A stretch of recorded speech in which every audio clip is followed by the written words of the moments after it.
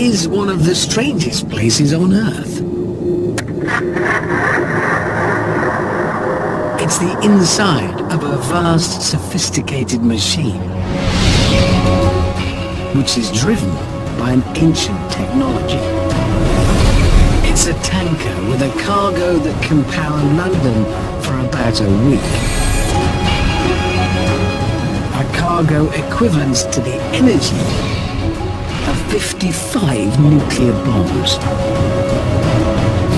This huge ship is carrying liquefied natural gas, millions of litres of this stuff. At room temperature, it turns into a highly flammable gas. That's why people want it. The liquid inside these tankers becomes gas for cooking and heating your home. Creating the technology to transport it is very complex, yet these ships owe their existence to some surprising connections. Kitchen cutlery. The father of evolution. And there it goes. The world's first steam engine. World War II fire engines. And air-to-air refueling.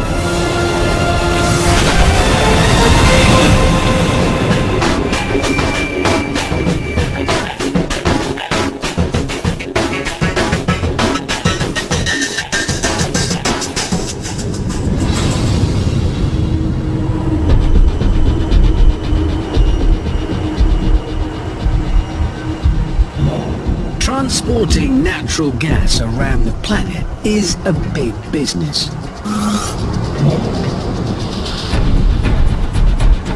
This supertanker is larger than the Titanic and is designed to carry natural gas all over the globe.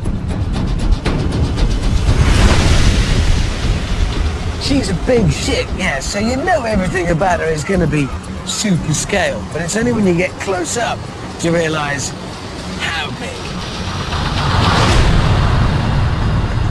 Admittedly, I'm not the tallest chap you'll meet, but it would make even him feel small.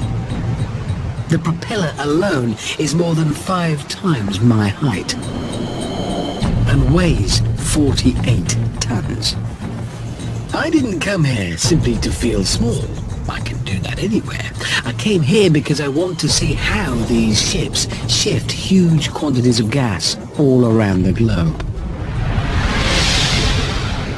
They have vast tanks, but getting inside them is very tricky. The ships have to be in dry dock, and the tanks have to be completely purged of any trace of their hazardous cargo.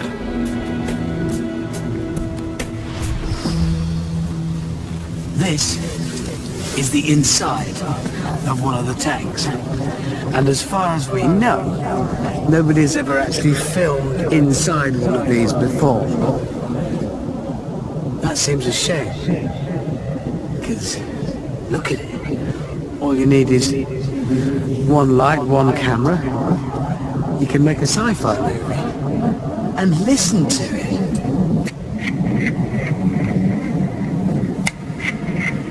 That echo is real, analog, not a digital effect. Real sounds bouncing around this cavernous tank. There's room for 34 million litres of liquid gas in here. The equivalent volume of water would allow the average British home to flush the toilet for 1,200 years. There are 4 of these, each at minus 160 degrees inside. Just another world. It's just crazy.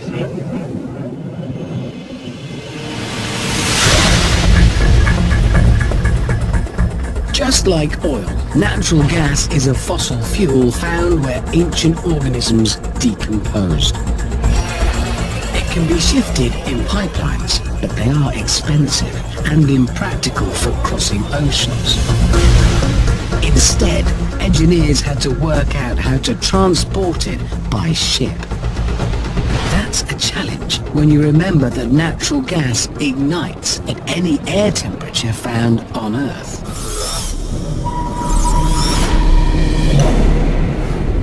To learn how you transport gas safely, I went to a high-security research facility in northern England.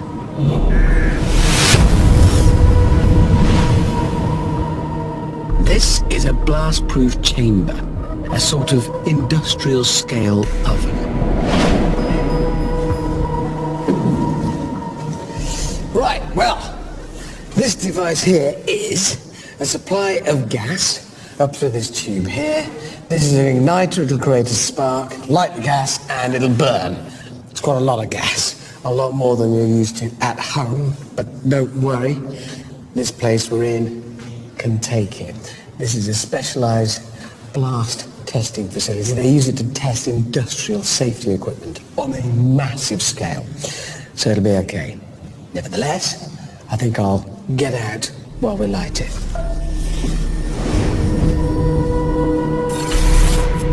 Since someone had left the oven door off, we had to retreat to a safe distance.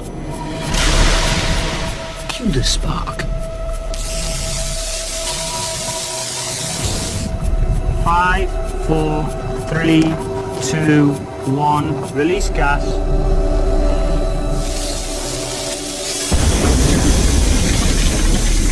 That's just a few litres of gas.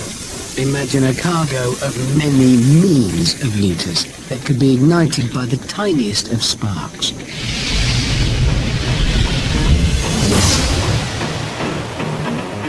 That cargo has the energy equivalent of 55 atomic bombs. Spilling it could be a massive disaster. But there has never been any major accident, and the operators plan to keep it that way. Fortunately, there's a simple solution. Turn the gas into a liquid. As a liquid, it can't catch fire. And what's more, it takes up much less space. If the cargo were in gas form, the tanker would need to be impossibly big. It would have to be 600 times more voluminous, which would make it 10 times longer than this ship. 2,500 meters, a mile and a half. To make the gas liquid, you chill it to minus 162 degrees Celsius. That's nearly twice as cold as it ever gets in Antarctica. And it only has to warm a little bit to turn back into highly flammable gas. So there is a second line of defense. Normally the cargo is the other side of these walls. Tens of millions of litres of it. And remember, that's in liquid form. Expand it into gas ready to use, and it's billions of litres. And if any of the liquid made its way and leaked out and turned back into vapour, well, that could be a big problem. But it doesn't, thanks to a pre-war mail plane. In the 1930s, Empire flying boats delivered mail and passengers from Britain to Australia in 700-mile hops. They couldn't cross the Atlantic until they were able to take on fuel during flight. Nowadays, we take mid-air refueling for granted. But aviation fuel, just like natural gas, is highly flammable. A single spark when the refueling pipe makes contact and, well, it's kaboom.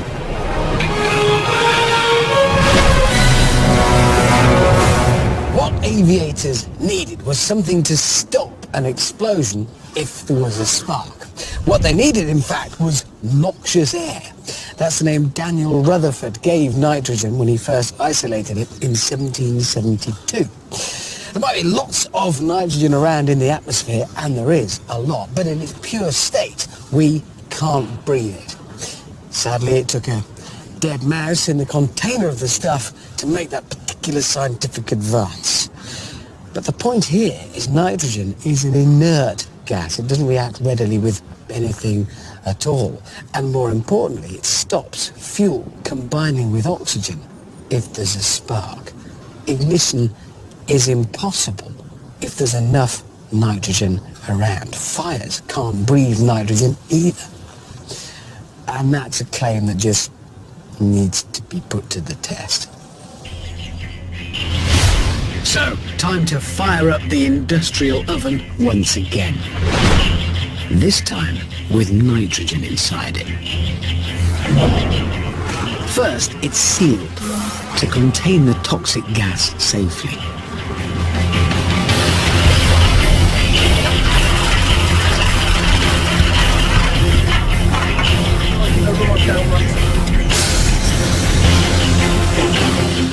Nitrogen on.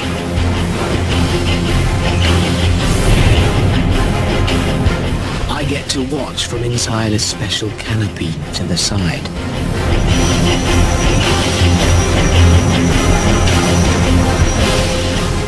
A meter shows how the oxygen level drops as nitrogen replaces the normal air around the igniter.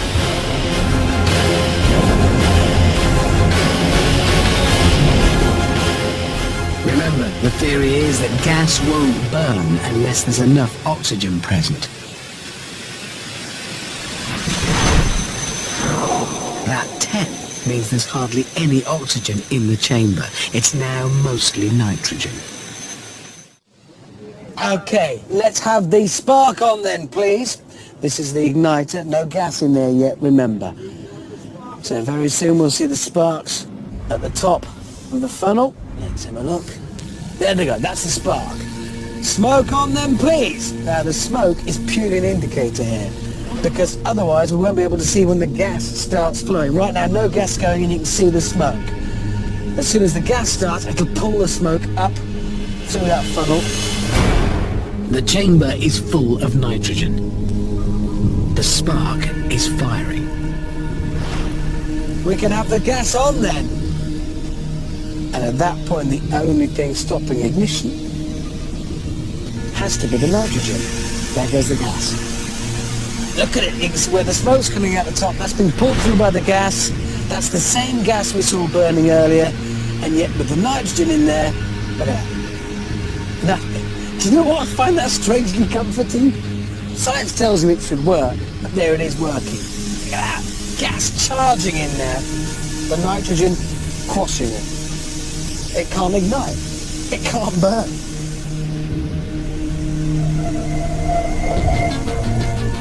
Nitrogen also protects gas tankers and mid-air refueling. A quick squirt of nitrogen down refueling pipes removes any risk of explosion. Thanks to nitrogen, an Empire flying boat made its first transatlantic flight back in 1938. On gas tankers, the potentially poisonous nitrogen is safely sealed inside the gas tank insulation. In case of a leak, nitrogen stops the volatile cargo reacting with oxygen, and the insulation keeps it in liquid form. They're the world's biggest deep freezers, the equivalent of more than 300,000 domestic freezers like the one at home, and 10 times colder inside. The gas is chilled on shore, and the liquid is then piped onto the tanker. But these super cold temperatures pose big engineering challenges. You can't just use standard steel pipes to do the job. Moving the ultra-cold liquid around the place, off the ship and around the ship on pipes like these, presented a whole new set of problems that could only be resolved by recourse to the engineering might of this, and of this, and even of this. But I'm not actual cutlery, obviously. That'll take hours. No, what it's made of. Stainless steel. 100 years ago, cutlery was made of other metals, silver, say, or plain steel for everyday tableware. But steel rusts, off-putting at dinner, and, like many materials, it changes completely when you put it in the deep, deep freeze. An example, bread. At room temperature, slice of bread is bendy, flexible, ductile in the jargon. Take the same piece, freeze it, it's harder, but brittle. Wouldn't it be terrible if steel behaved the same way? It does. Jackie Butterfield, a materials specialist and steel consultant, introduced me to a medieval torture device. This is the sort of equipment that we'd use to test the toughness of a metal. Right, can I help? Absolutely. Oh good, what'll I do? First thing you do is lift this weight up and we'll lock it in position. Right, thank you. Okay, I always get the nice jobs. Right, so just swing this back, yeah? Yeah. Right. Got a lot of weight. Just for the record, I'm not being a complete weakling. It is actually quite heavy. Well, 10 kilograms. So it's a fitness program. It is, absolutely. Okay. Right, so that's... the weight is primed.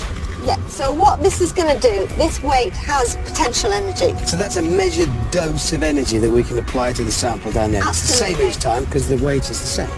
Step forward, victim number one. A length of standard steel tube, just like a scaffolding pole. Triggering test, so this is going to return a specific amount of potential energy transferred into kinetic energy that will be absorbed or not by the sample. Okay, here we go. 3, 2, 1. It's not even dented it. Despite the full force of the weight slamming into it, at air temperature, the bog standard carbon steel remained undamaged, whilst the energy ricocheted through the frame around it. So this sample has survived then? Absolutely. What do we do now? Right, what we need to do now is test some of the carbon steel at the cryogenic temperatures with the liquid nitrogen. So this is where we introduce our tricky subantarctic temperatures. Absolutely. Q liquid nitrogen. Minus 195 degrees Celsius. The liquid nitrogen has dramatically lowered the temperature of the steel, just as the gas cargo would do as it's piped on board the ship. Right, if we're ready, 3, 2, 1.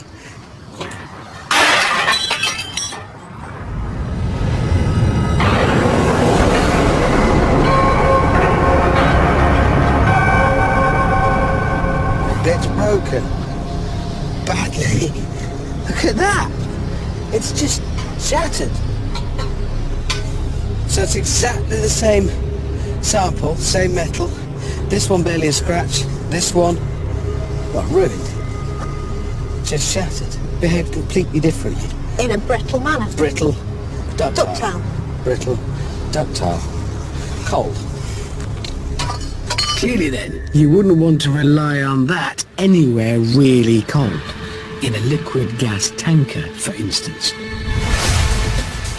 Instead, the tanker engineers needed a material that can withstand super cold temperatures, which brings us back to cutlery of the stainless steel variety. In 1913, British chemist Harry Brearley was looking for tough metal for gun barrels. He mixed chromium and steel, but it was too soft. However, the reject alloy revealed two unexpected benefits. It didn't rust, which was good for cutlery, and even better for liquid gas tankers. Putting this new stainless steel in the deep freeze doesn't make it brittle.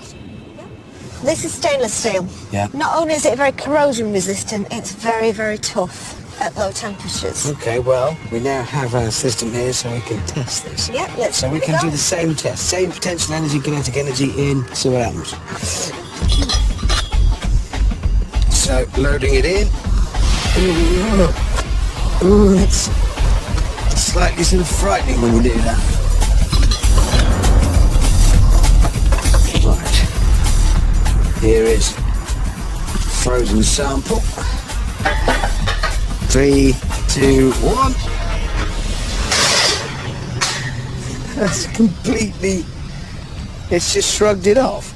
So what's actually happening in it that's so different? Why is this fine and that's ruined? Because of the alloying elements in the stainless steel, it's changed the crystal structure, the way the atoms are arranged in the metal. So the difference between these two samples is right down at the atomic level. It is, yes. And that's where its ability to absorb the energy or be ruined by it stems from, right down at that level. Simply adding some chromium can make ordinary brittle steel stand up to cryogenic temperatures. The engineers who built the LNG carriers ensured that not only were the holes fit for the 7 seas, but that the thousands of meters of intricate pipework, with all their vulnerable bends, joints and tapes, were made of a material that could take it when the going gets cold. Stainless steel. But transporting liquid by ship brings another challenge. Stopping it from sloshing. And engineers have 2 liquids to worry about on these tankers. On the way out, they have a cargo of liquid gas, and on the return journey, when it's empty, they carry water as ballast to stabilize the ship. The same problem in 2 different forms. If a liquid cargo starts to wash around on a ship, it can be a real problem. Basically, when wind or waves rock the ship itself, that can send the liquid sloshing from side to side in the tanks. That motion can build, emphasizing the rocking of the ship itself, and, well, it can be disastrous. It's called the free surface effect. I set out to discover just how bad it can be. Right, what I have here is a van, perfectly ordinary, apart from the massive tank fitted into the back, containing water, a lot of it. Water that's free to slosh about. So what I'm looking to experience is, for myself, firsthand, the free surface effect. The free surface is literally the area available for a liquid to slosh around freely. And just in case it does affect the van, I'm securely harnessed inside a roll cage. First, I took it slowly, to ensure just a little bit of sloshing. As I turn into the corner, obviously the water wants to stay where it is and sloshes off to the right. Just yes, I get it is sort of affecting the way it feels. If I go this way, and then this way, it doesn't feel. Ooh. Yeah, it's sloshing. I can feel it suddenly jerk the vehicle in a direction other than the one in which I want it to go. I don't know whether it's me driving or the tank of water. That's a strange feeling. Time to step on it and imagine our ship and its liquid cargo rolling through stormy seas. Well, step on it as much as I can in the van. There's a lot of water going around. It's very unpleasant.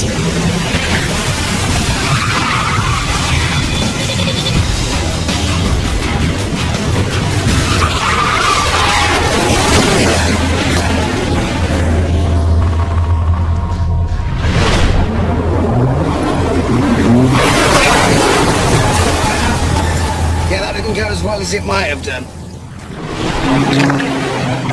As I corner, The momentum of the slosh capsizes my little van.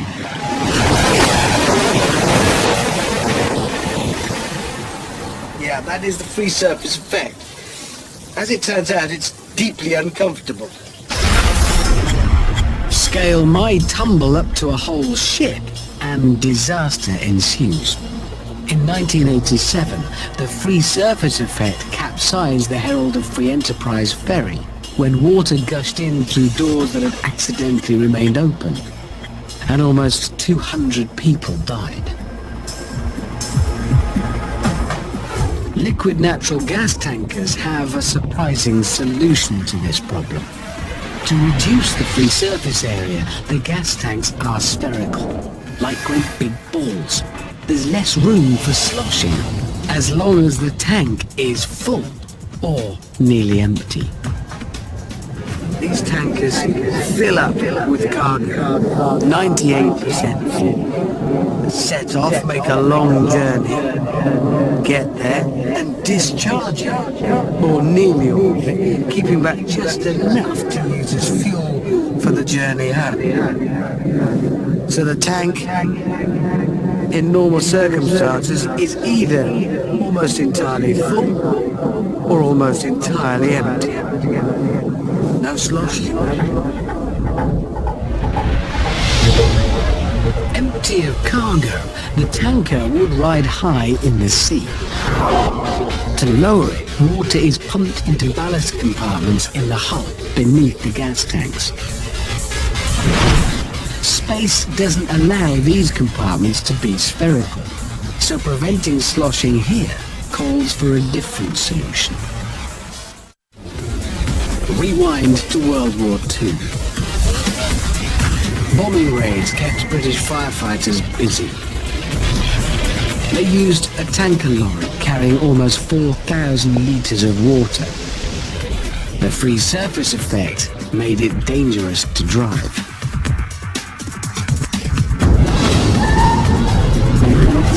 By contrast, modern fire engines hurtle around without overturning. And that is thanks to baffles, not as in confusion, but load dividers. These are physical barriers, first introduced in the 1880s to stop oil tankers capsizing. Obviously what led to my slight incident there was the free surface effect allowing the water to slosh from side to side, and it brought the whole van over. So the key ones here in my battles are these longitudinal ones that stop the water going from side to side. Apparently this works. Find out.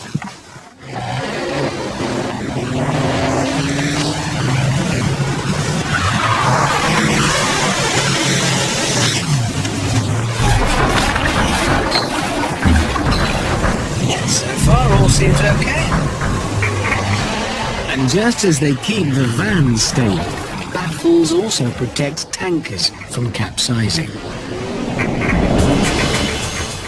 Dividers in those ballast compartments under the gas tanks stop the water from sloshing around. No free surface effect. Surprisingly, they don't use baffles in the gas tanks. One reason is because friction could heat up the cargo, turning it back into gas. And you wouldn't want that. Empty or full, these ships are stable.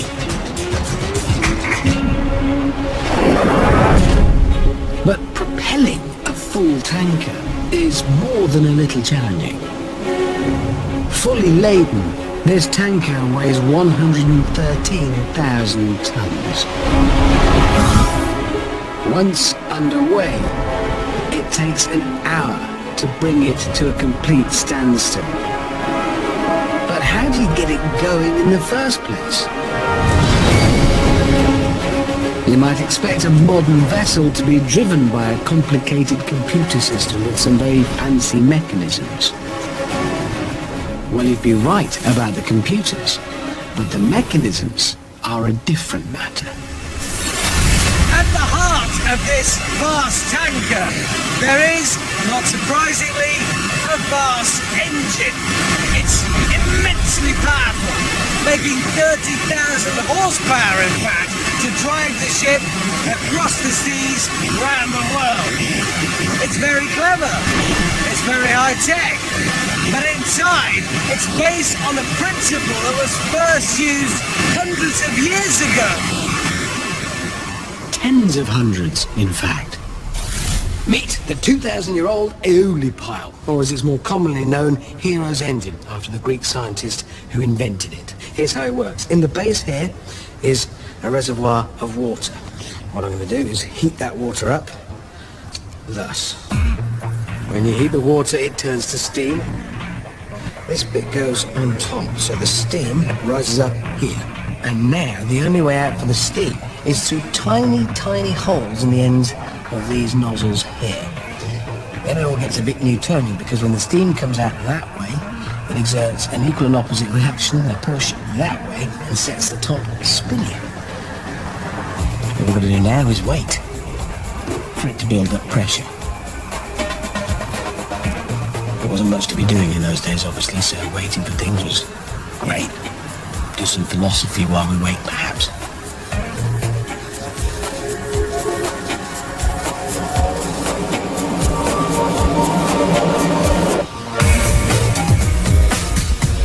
You might think this spinning pot is simply a toy. But no, this same principle was used by the ancient Greeks in a machine to open temple doors.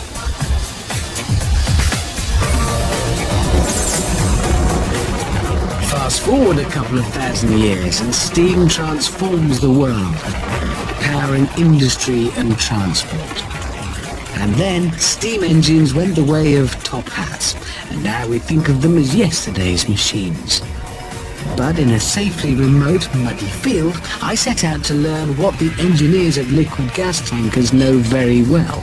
Steam is powerful. You just need to put it under pressure. The more, the better. I brought steam engine specialist Richard Gibbo, along to demonstrate steam's true potential, or with a bomb. We're going to put water in this super strong container buried in the mud. Steam from the traction engine will heat the water. Normally it would boil, turn into gas and escape, just as it does from your kettle. But that shiny lid prevents the water from turning to steam because it can't expand.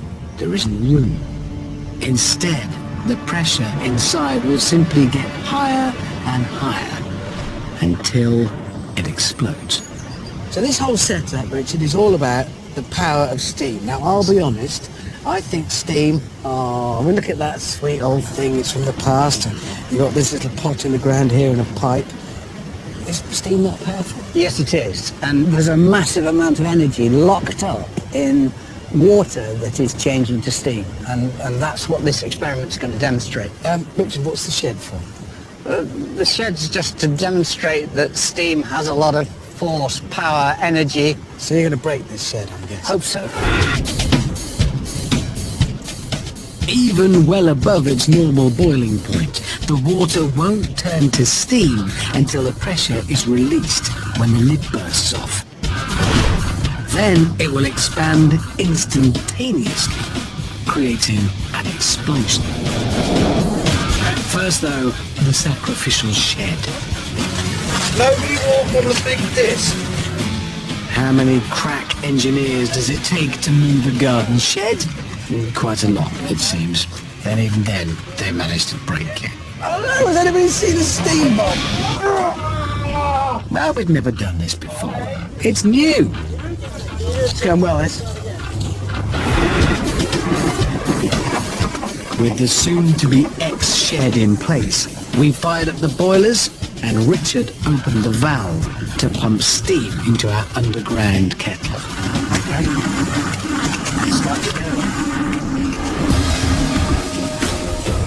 Our steam bomb is ticking, and now all we can do is wait. As the metal kettle gets hotter, you can see the puddles around it boil and turn into steam. But But the water inside, although it's well above boiling point, can't turn into steam until the lid blows off. It's moving. Yes, it's moving. The pressure gauge needle slowly ticked up. Gibbo expected it to blow at around 5.5 bar, which is 5.5 times atmospheric pressure.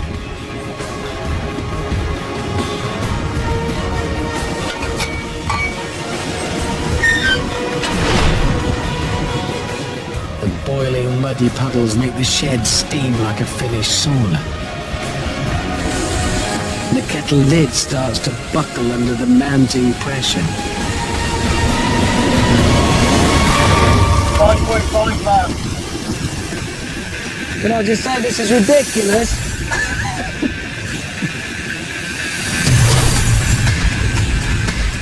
5.5 bar comes and goes.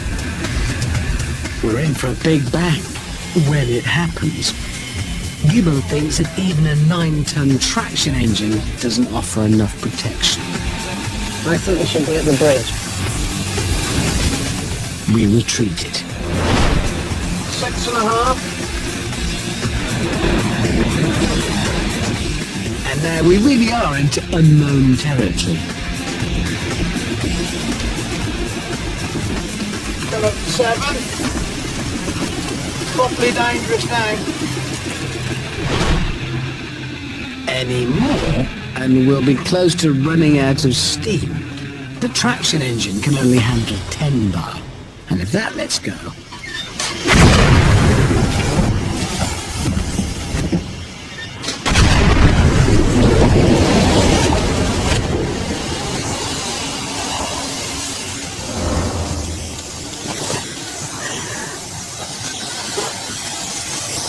that went. Brilliant. Where'd that reach? 7.5 bar. And the shed is no more.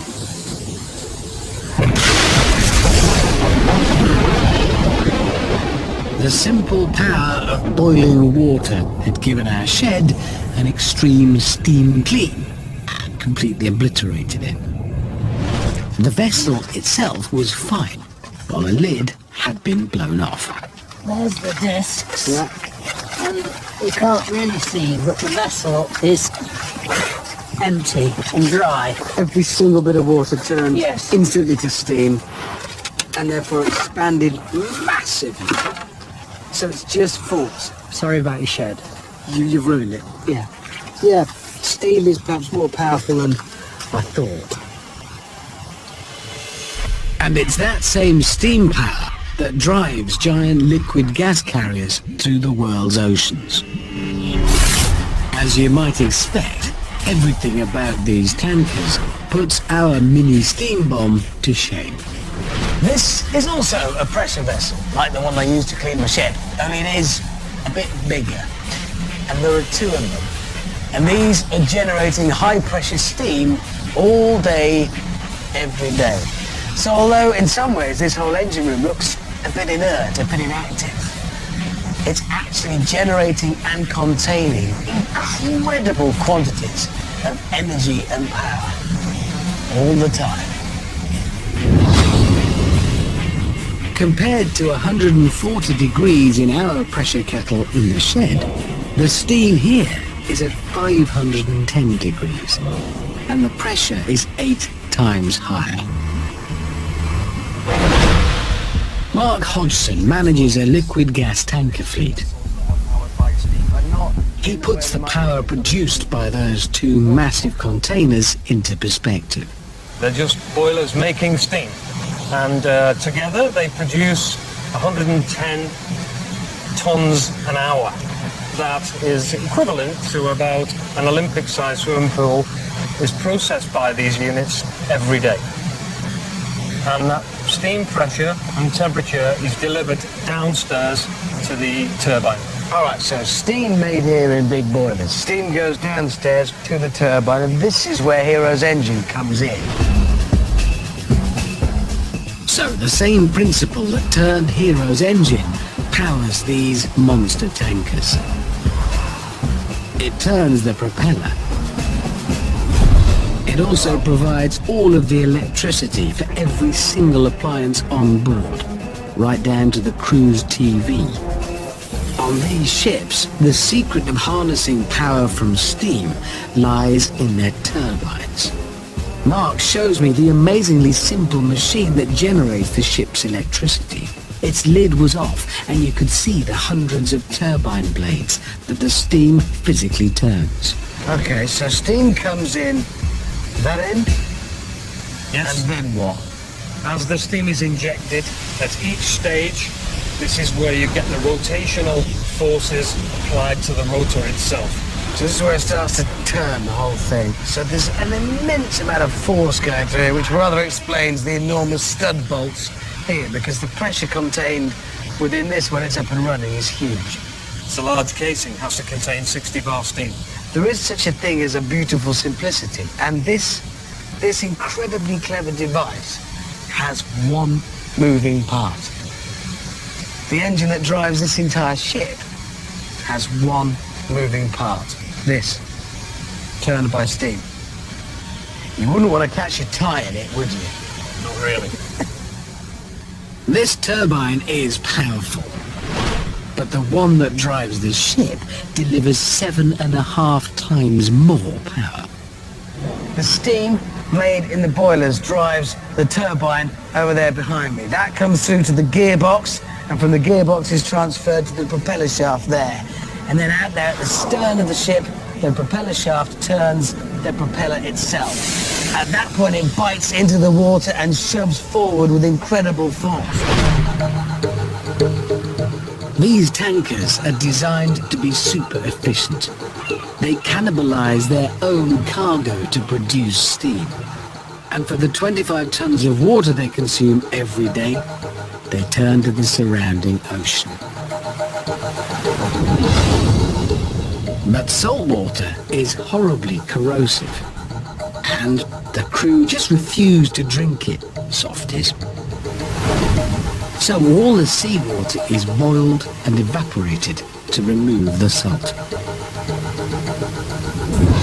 And once again, it's steam that does the work. But to make it even more efficient, calls for a principle noted by the father of evolution, naturalist Charles Darwin. Investigating wildlife in the Andes Mountains, Darwin noticed something that plagues all mountaineers who try to boil potatoes. They take ages to cook. Darwin put it down to altitude, and he was right.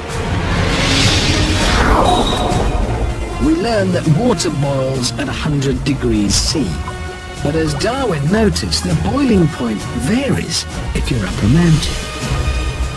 The potatoes were taking longer to cook because at altitude air pressure is lower, so water boils at a lower temperature. The boiling water just wasn't hot, and you can't cook potatoes in cold water. You can even boil water without heating it at all, if you reduce atmospheric pressure enough. Right, switch the pump on. That is sucking the air out of there. That's lowering the pressure. This is to prove that water will boil at a lower temperature at lower pressure. So, my marshmallow man is to prove, see, that's a vacuum in there. As you can see, marshmallows expand in low pressure. Useful to know. That's grizzly, sorry. But the point here is not to prove what happens to marshmallow men in low pressure, albeit quite funny. It's what happens to water.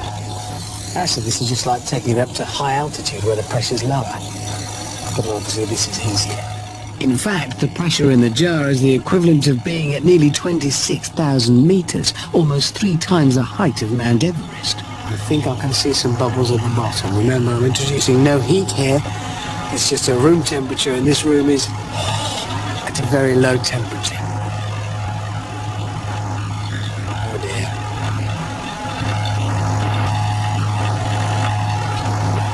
And there it goes. Now, that's not just splashing about for the fun of it. That water is boiling. And that's not because I've introduced any more heat to it, that's just because I've lowered the pressure. Right, so now prove that it really is just at room temperature. Air flooding back in, pressure coming back up.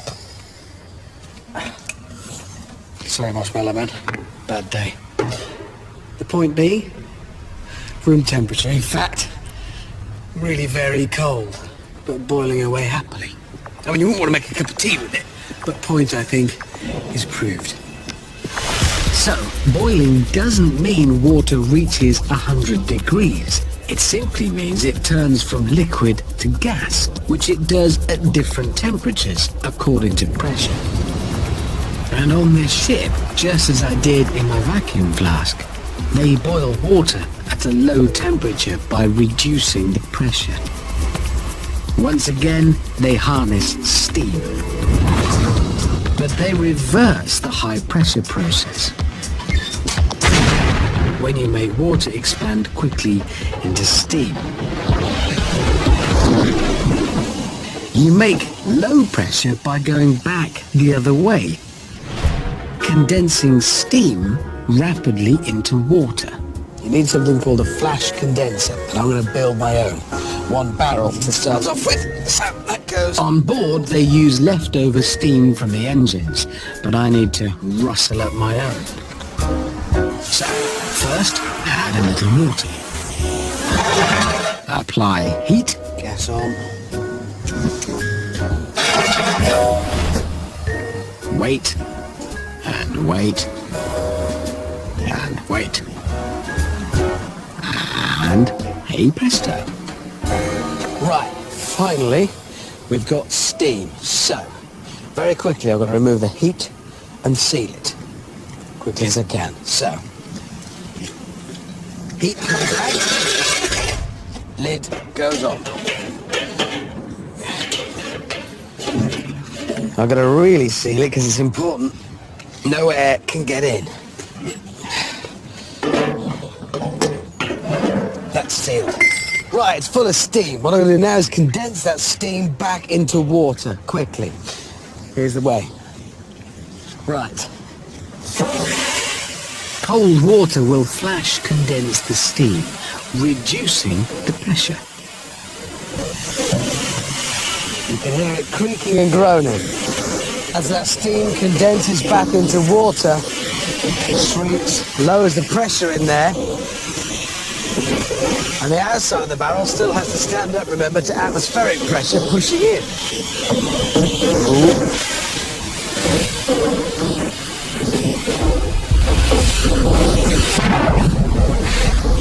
Yep. That's what happens when you lower the pressure inside. There was no way for air to get in to build the pressure up again. Atmospheric pressure was too much, and bang, it collapsed. Liquid gas carriers instantly turn steam back to water using flash condensation. And that creates a low pressure area, like my vacuum jar, in which they boil seawater at just 50 degrees C. They don't bother with the marshmallows. That was just my idea. Thanks to a principle noted by the father of evolution. Gas tankers save a huge amount of energy, and energy is the precious cargo these ships deliver. You could say these ships are like huge self-propelled gas bottles.